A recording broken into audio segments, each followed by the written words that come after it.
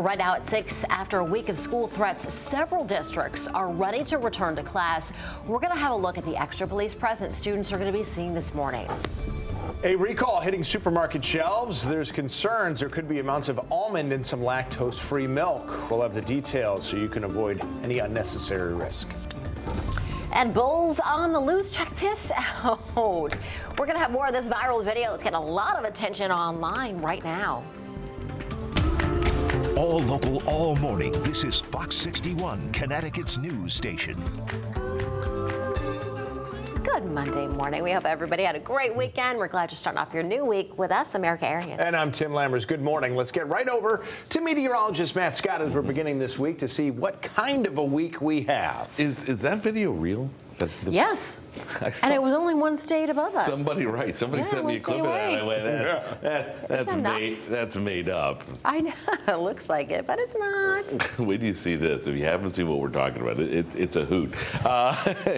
In a really, oh my God, I'm glad I wasn't there way. Here's what you need to know before you go on this Monday morning. More clouds, maybe a few isolated raindrops later on. I wouldn't worry about those at all. There's more showers looming in the midweek forecast. And are the tropics finally awakening? Talk about that coming up. How's that for ooh? We have a satellite radar picture. It looks good. Sunrise looking fine with the wind out of the north and east. There are more clouds looming off toward the west. They will thicken up as the day wears on. Boy, that certainly looks impressive, doesn't it? It does, but it really isn't going to be factoring into our forecast as of yet. Our next weather maker will come in for the west, but it's not a big concern. Temperatures in the lower to mid 50s, although Torrington a little behind in 47 degrees, and your dew points are looking good as well. Your school bus forecast will get up to the upper 60s with some cloud coverage.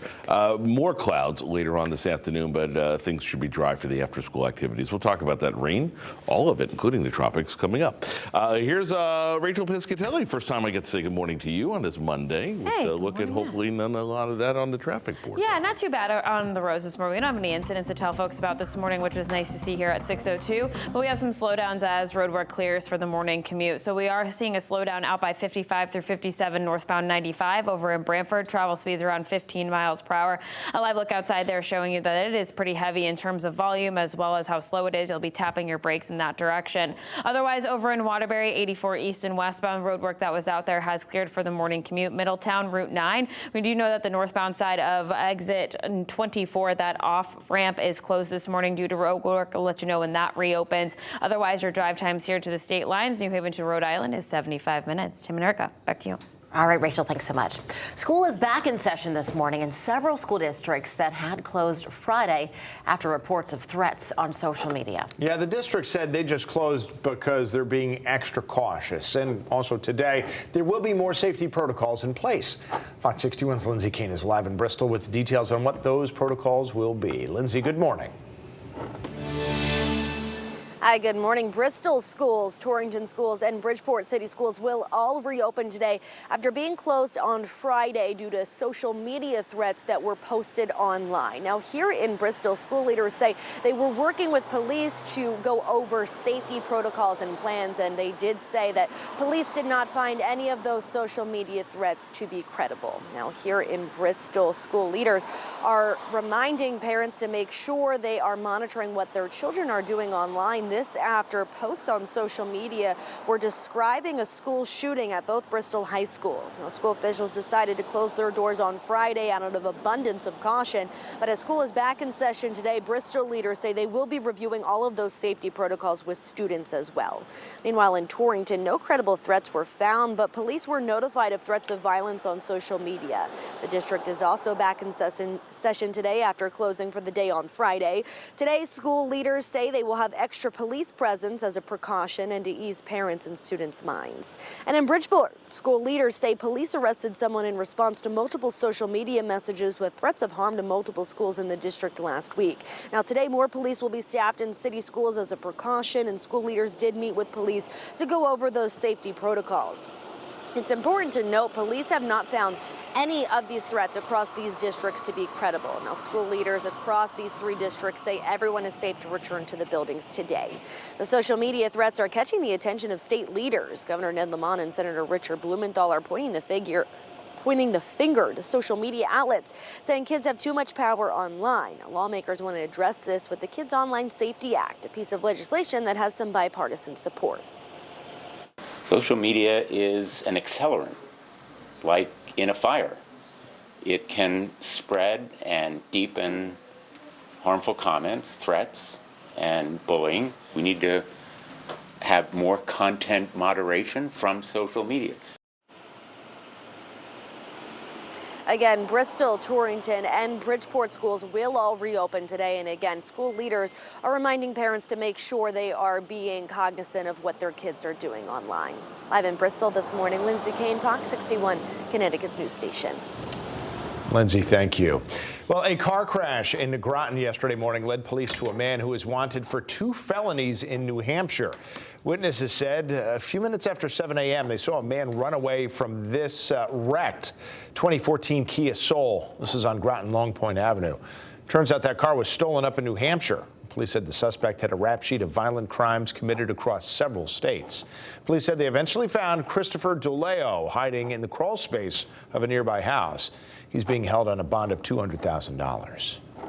Well, a man from Enfield died after crashing a Honda CR-V on I-91 early Sunday morning. Police said it was around 2:30 a.m. when 37-year-old Daniel Janot veered off the exit 40 off-ramp and hit a tree. Police are still investigating that crash. Newington students and neighbors turned out to support the family of a classmate who died unexpectedly last month. A 2-mile walk and run was held at Newington High School to honor the memory of 12-year-old Reagan Martins. All the money raised there from the event is going to Reagan's family. Friends who organized the event remember Reagan as a fun, smart, and kind girl who loved to dance and sing. She also enjoyed spending time with her family, including 3 sisters and brothers. She was just the sweetest girl ever. Like, she was always smiling, always happy. Like, I don't think I ever saw her like having a bad day. Like, she was always just trying to help people, always trying to like just do something good for like anyone, everything. Just like Reagan will stop for a minute and just say hi, and it just makes everyone's day. And she just had such an impact at such a young age, so it's been really inspiring.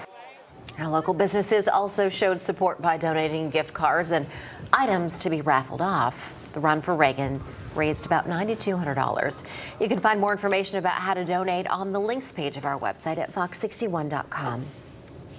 And turning to the presidential race, Vice President Kamala Harris accepted an invitation from CNN for a debate October 23rd against former President Trump. As of now, Trump has declined to participate. He said it's too late because people are already voting. It's worth noting, though, that Trump debated Hillary Clinton back in 2016 on October 19th.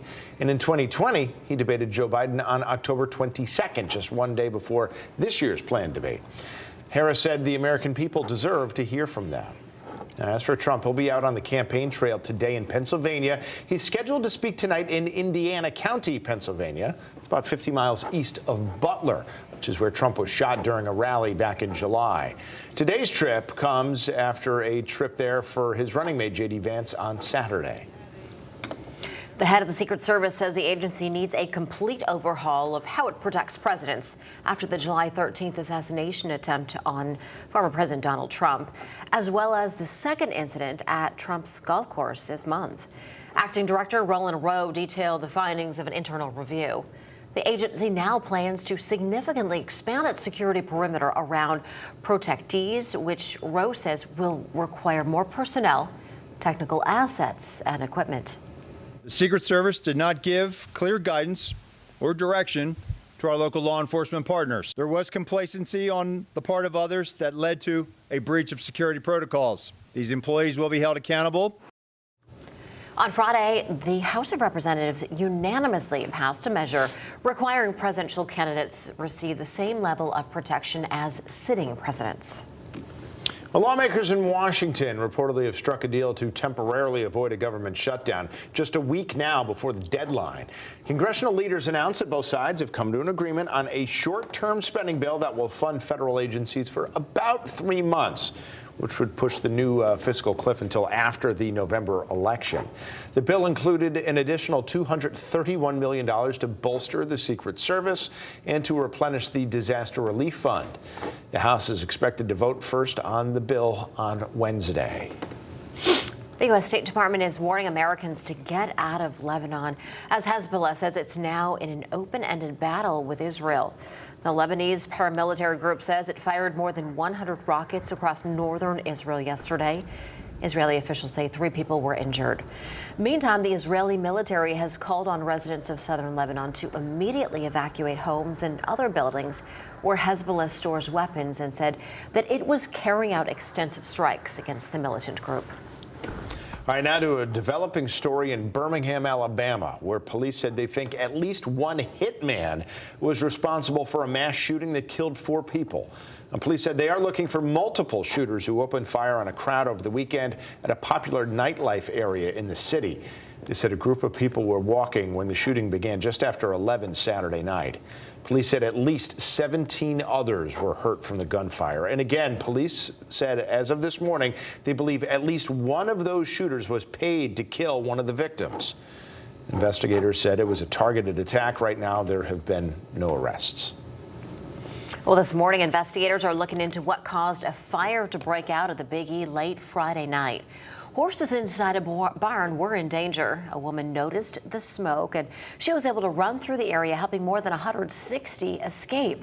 Some suffered minor injuries. They are all expected to be okay, though.